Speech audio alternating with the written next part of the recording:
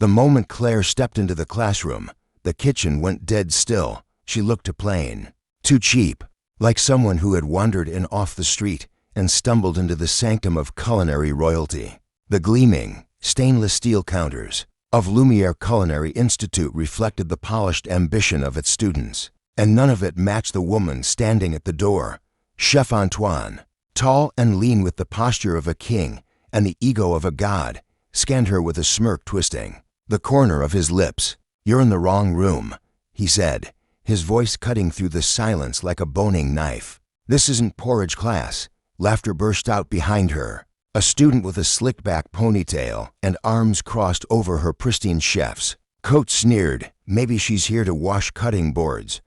But no one, not Antoine, not the designer-clad students, not even the girl who rolled her eyes with such practiced superiority knew that the woman standing in front of them had once been the youngest head chef in America to earn 3 Michelin stars. And when someone dared her to cook the school's hardest lobster dish, Claire didn't flinch. She simply walked into the kitchen and, within minutes, silenced the entire institute. She stood now with her hands lightly clasped in front of her, wearing a faded white shirt that looked pulled from a forgotten thrift store rack. Her black hair fell freely over her shoulders, tied back with nothing more than a plain elastic, no elegant pins, no jeweled clips. Her face was bare, unadorned by even a swipe of mascara. Rosy cheeks from the outside chill were the only color. On her skin, she looked like someone who should be scrubbing pots in the back, not standing beneath the cold, unforgiving lights of the Institute's elite kitchen.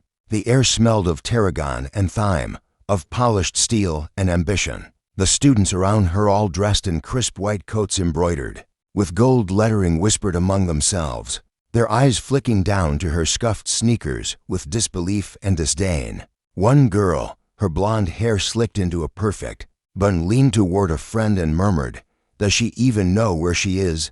Claire didn't respond. She adjusted the linen apron wrapped around her waist, its frayed ties knotted without fuss, and made her way toward an empty station. Her steps were steady, measured like she'd done this 1,000 times before. A few minutes before class began, a young woman strolled up to Claire's station.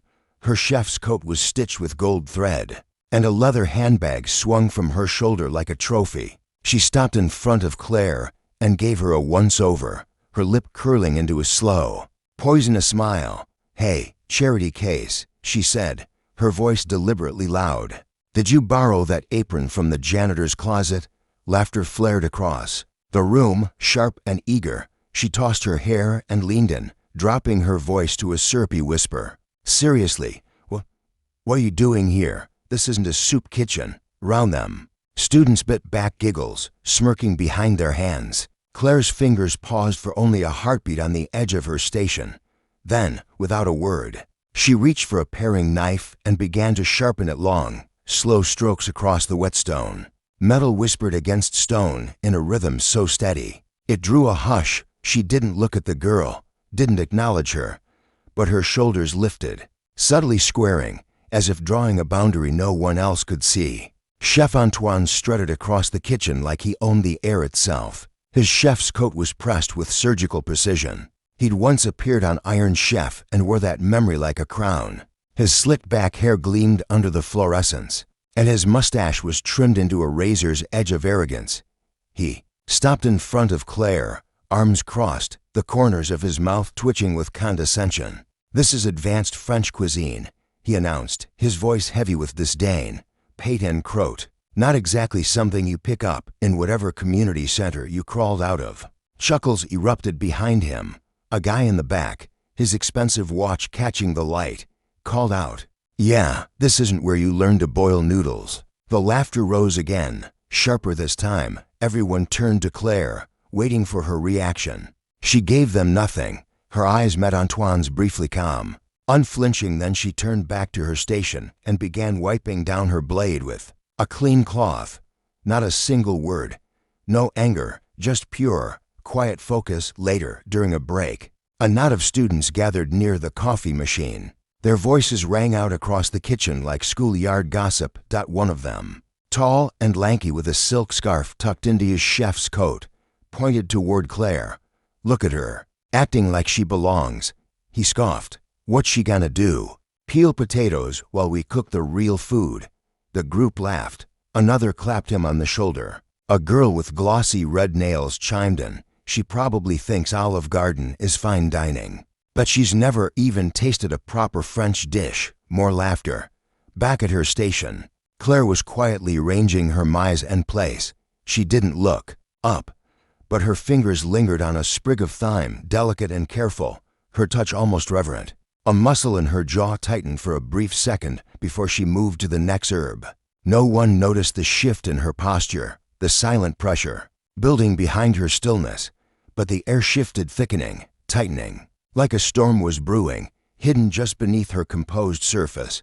The class moved on. Chef Antoine began his demonstration, expertly layering a terrain, his hands fluid and practiced, his voice smooth with experience. But for once, the kitchen's usual hum of admiration felt a little quieter. The glances weren't just toward his technique anymore. They flicked curious, uncertain toward the woman in the back, the one who didn't speak, the one who was sharpening her blade, slowly, steadily, like she was waiting. He had flair, no doubt, confident, practiced, precise, but something wasn't right. The gelatin glaze he carefully poured across the plated terrain began to cloud, white streaks swirling through what should have been glassy perfection. It was subtle, but unmistakable. Claire, standing silently at her station, tilted her head slightly. Her hands rested lightly on the edge of her cutting board, fingertips motionless, observing. She didn't speak at first, just watched. Then, in a voice so quiet it nearly disappeared into the hum of the kitchen, she said, "Perhaps the stock wasn't clarified enough. The heat's separating the proteins." The room froze. Antoine's hands halted mid-air, the ladle trembling, slightly above the plate. A silence swept through the students, like a dropped pin in a church. Heads turned slowly toward Claire, expressions flickering between disbelief and intrigue. Like someone had dared to flick a pebble at a lion. Antoine's jaw clenched. He forced a dry, brittle laugh. "Oh, we've got an expert in the room," he said, his voice cold enough to frost glass. "Maybe you'll teach us how to boil water next." He waved her off, turning back to his dish, but something had shifted. His rhythm was off. His hands, once confident, moved with a nervous urgency, slightly too fast, slightly too uncertain. From the back of the room, a quiet figure paused mid-motion. A line cook, sleeves rolled, apron streaked with long hours of honest labor. He had been prepping ingredients for the next session, but had kept half an eye on Claire. Ever since she stepped into the kitchen, there was something about her stillness, her focus, that didn't match the nerves of the new students. "She's no amateur," he muttered to the cook beside him, barely above a whisper. The second cook raised an eyebrow, doubtful. The first just nodded toward Claire's station. Not a grain out of place, measured ingredients, razor-sharp organization, her knives aligned like surgical tools. Her mise en place wasn't just clean, it was tactical. It was the kind of discipline born, not from instruction, but from experience under fire. The line cook smiled faintly and returned to his prep, but his eyes kept drifting back to her, waiting. And then came the sting. As the session wrapped, knives clattered into bins and aprons were discarded carelessly. Antoine's voice sliced through the din. "Miss, whatever your name is," he called out, gesturing to Claire as she wiped her station with unhurried care. "Since you're so full of helpful tips, I've got just the job for you. Clean the kitchen, floors, counters, everything. Do it right. And maybe, just maybe, I'll let you touch a knife someday." Laughter erupted. A girl with diamond stud earrings and a custom-fitted chef's coat whispered loud enough for everyone to hear, "She's basically the help now." A smug voice followed from across the room, some guy with a man bun and a Rolex. "Bet she's never even seen a real kitchen." Claire didn't flinch. She didn't argue. She simply nodded, walked to the corner, picked up the mop. The bucket rolled behind her, echoing against the tiles. The laughter faded down the hallway, but that sound, the soft slosh of water, the quiet rhythm of the mop dash remained. The next morning, before the sun had fully lit the windows, Claire returned. As she moved toward the kitchen, a group of students blocked her path. One stepped forward, A woman with a razor-sharp bob and a tray of blackened pastries. "Oh look," she said, her voice pitched high enough to draw attention. "These got burnt because someone didn't clean the oven properly." She tilted the tray. A charred croissant tumbled to the floor at Claire's feet. "Your fault, right?" The woman pressed, eyes gleaming. "Since you're so good at mopping." Another student lifted his phone, recording the moment with barely concealed glee. The camera was angled, ready to catch Claire's reaction. Claire didn't speak. She crouched, picked up the burnt pastry, turned it gently in her hand before placing it back on the tray. Then she held it out to the woman, gaze steady, calm, almost unnervingly so. That unblinking look made the woman recoil slightly, her mouth parting in surprise. She stepped back as though pushed, but Claire said nothing. She simply walked past and into the kitchen. She worked alone. The others had gone. The only sound was the hum of refrigerators and the even strokes of the mop sliding across tile. Her hands moved with practiced grace. No muttering, no sighs, no resentment, only precision. And in her eyes, those calm, kind eyes, there was something flickering beneath the surface. A memory, a fire. She paused once, just a moment, standing before a professional-grade Viking range, sleek, stainless, commanding. Her fingers tightened on the mop handle, just for a heartbeat. Then she went back to work. That stove reminded her of another life. A fire had taken her restaurant years ago, half the building gone in a night. Dreams turned to smoke. She'd walked away from it all. The spotlight, the reviews, the fame. Nobody here knew. Nobody asked. As far as they were concerned, she was just another novice with no pedigree. Down the hall, an old janitor pushed his supply cart, its wheels squeaking faintly. He paused as he saw her. Something about her movements pulled at him, her discipline, her silence, the way she moved, like a chef prepping, not a custodian cleaning. He watched her for a long time. He had seen this before. People out of place, not because they lacked skill, but because their skill outshone the room. He pulled a small notebook from his shirt pocket, jotted something quickly, and slid it back. Later, he'd slipped the note to Harov, the senior head chef, with just 5 words. Check her knife work. He didn't know her name, but he knew enough. The next day, the kitchen buzzed with tension. Students were preparing for their skills exam. Antoine prowled through the stations like a lion in tall grass, his critiques sharp and indiscriminate. "Too much salt," he barked at one student. "Your knife work looks like a toddler's drawing." He snapped at another dot. Then he reached Claire's station. He didn't glance at her board, didn't acknowledge her cuts, just smirked. "Don't bother trying today," he sneered. "You're out of your league." She didn't answer. Her knife was already moving, clean, fluid. A whisper of motion slicing through red onions. Not a wasted gesture, not a flawed cut. Each piece landed in the bowl with military exactness. A brunoise so perfect it could have been measured by laser. And Antoine, for the first time, paused mid-stride. Most of the students didn't notice her. They were too caught up in their own stations, frantic in their preparations, but someone did. Mr. Hargrove, the senior head chef with storm gray hair and a presence like still water, happened to stroll past just then. He paused, his eyes narrowing as he watched Claire's hands move with the kind of grace you don't expect from a beginner. "Who taught you to cut like that?" he asked, his voice low, laced with genuine curiosity. Claire didn't glance up. "I practiced on my own," she replied, her knife continuing its rhythmic dance, never once pausing. Hargrove raised an eyebrow, studying her a second longer before silently moving on. Behind him, Chef Antoine, who had overheard everything, clenched his jaw. He didn't speak, but the tension in his stance betrayed his frustration. Later, during exam prep, a cocky student wearing a flashy apron monogrammed with his initials deliberately bumped into Claire's station. Her carefully arranged ingredients toppled the flour scattered across the floor like ash. A bowl of finely chopped herbs overturned onto the counter. "Oops," he said with a smug smile, not even pretending to sound apologetic. "Guess you'll have to start over, huh? Better hurry. Nobody's waiting for you." Nearby students snickered, one even mimicking a ticking clock. Claire crouched, calmly gathering the spilled herbs, her lips pressed into a firm line. She didn't lash out. She didn't glare. She stood, brushed the flour off her apron, and started chopping again. Only this time, her knife moved faster, each precise cut a silent refusal to be shaken. The smirking student watched, expecting her to falter. But as Claire's calm never wavered, his smugness faded into something more brittle. He turned away, muttering under his breath about lucky breaks. From the side of the room, Hargrove had been watching the entire time. He leaned toward one of the assistant instructors, lowering his voice to a murmur. "That one," he said, motioning subtly toward Claire. "She's not just precise, she's got instinct.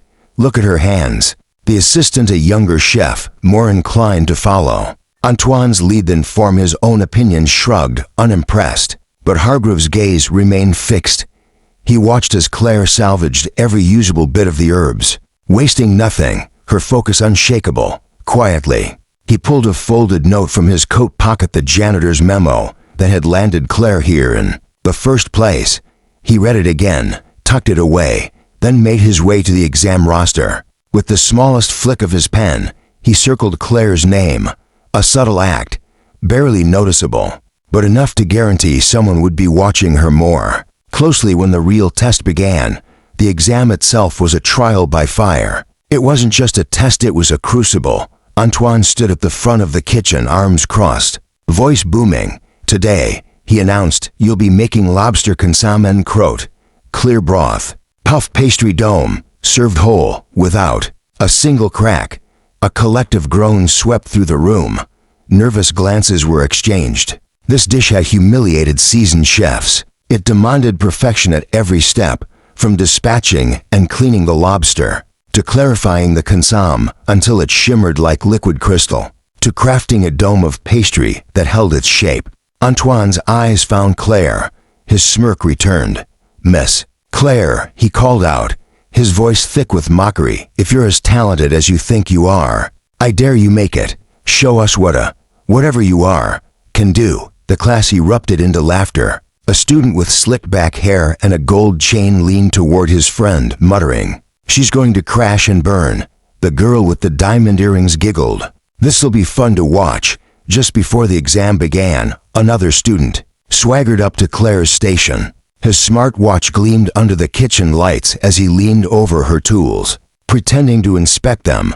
"Wow," he said loudly, making sure everyone could hear. "These knives look like they came from a flea market. You sure they can even cut?"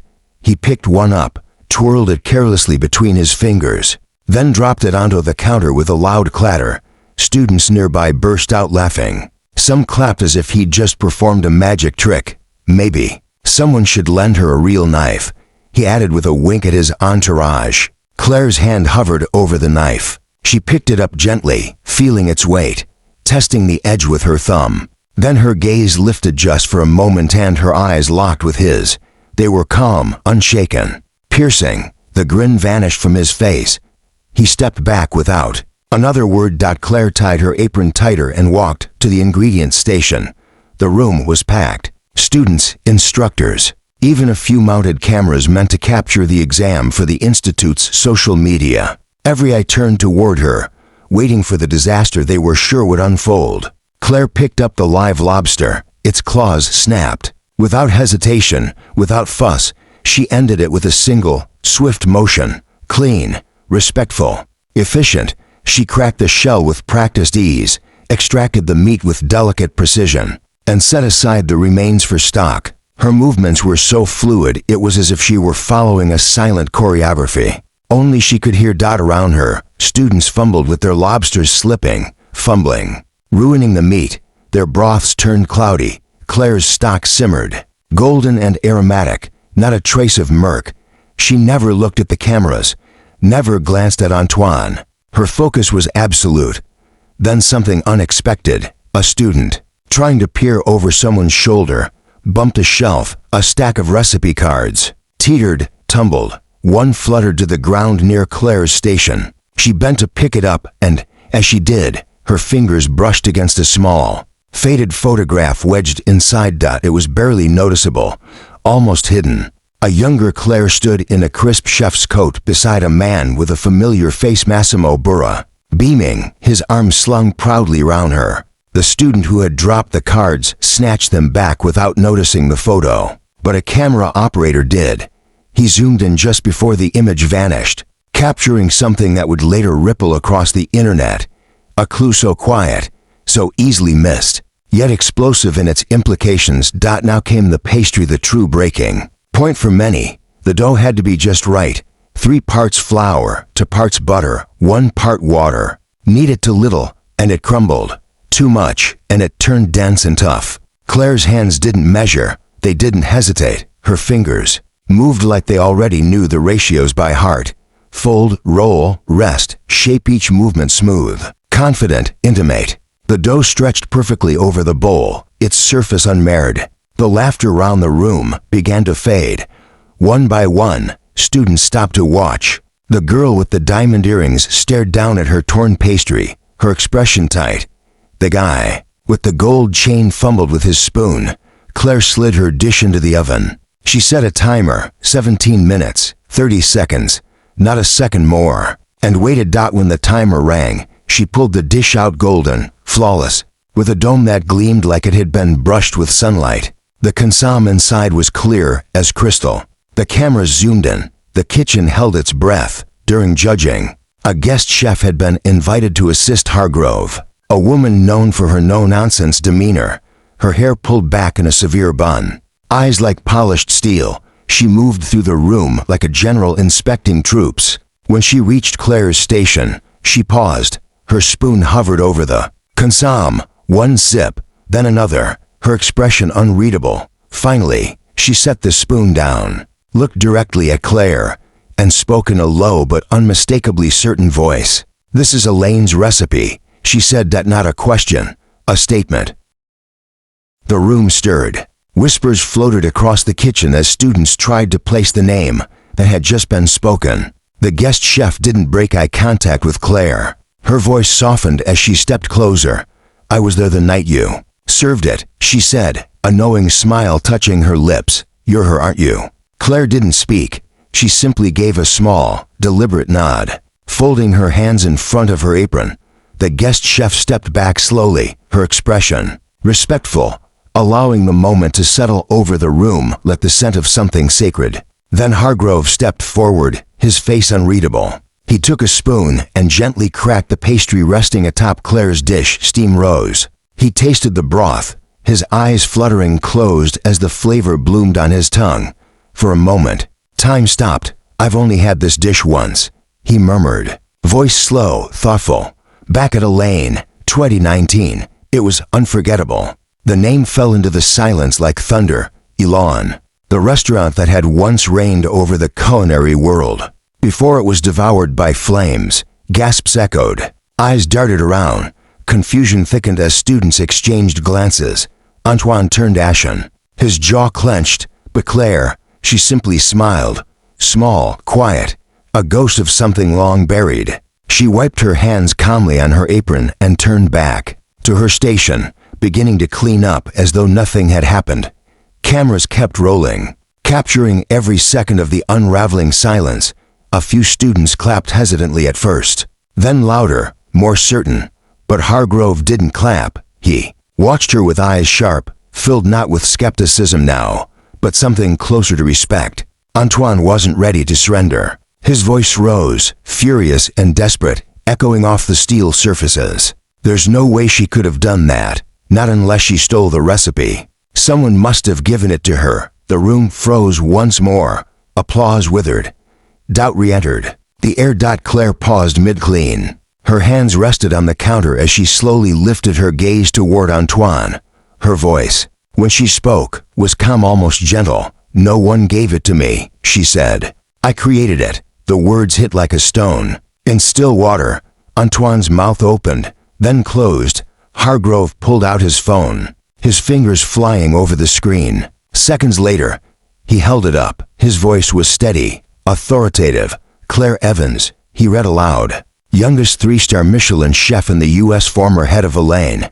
He turned to Claire, his voice losing its edge. "It really is her." A ripple of astonishment spread through the room, but not everyone was ready to accept it. The student with the gold chain, face flushed with humiliation, tried to salvage his pride. "So what?" he scoffed, voice cracking. "She's still a nobody now. Look at her, still dressed like a dishwasher." The room held its breath. Claire didn't respond with words. She picked up a cloth and wiped her station clean one final time. Then she walked toward the sink, her steps slow and steady. But as she passed the student, she paused. Her eyes met his, not cold, not angry, just unwavering, like she saw through every layer of bluster he wore. He froze, his bravado collapsing. His hands trembled as he fumbled with his utensils. The cameras caught everything. That clip would haunt him later, his taunts replayed in millions of online comments. That tore him apart. The room's energy shifted. Some students stepped back, suddenly unsure of where they stood.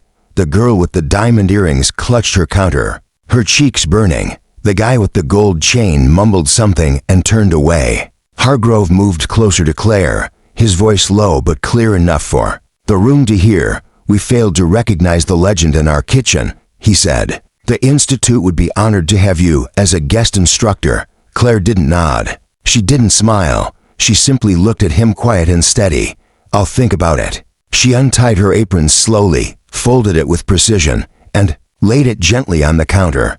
Cameras followed her every move, her hands unwavering, her spine straight, not a trace of arrogance or anger in her posture.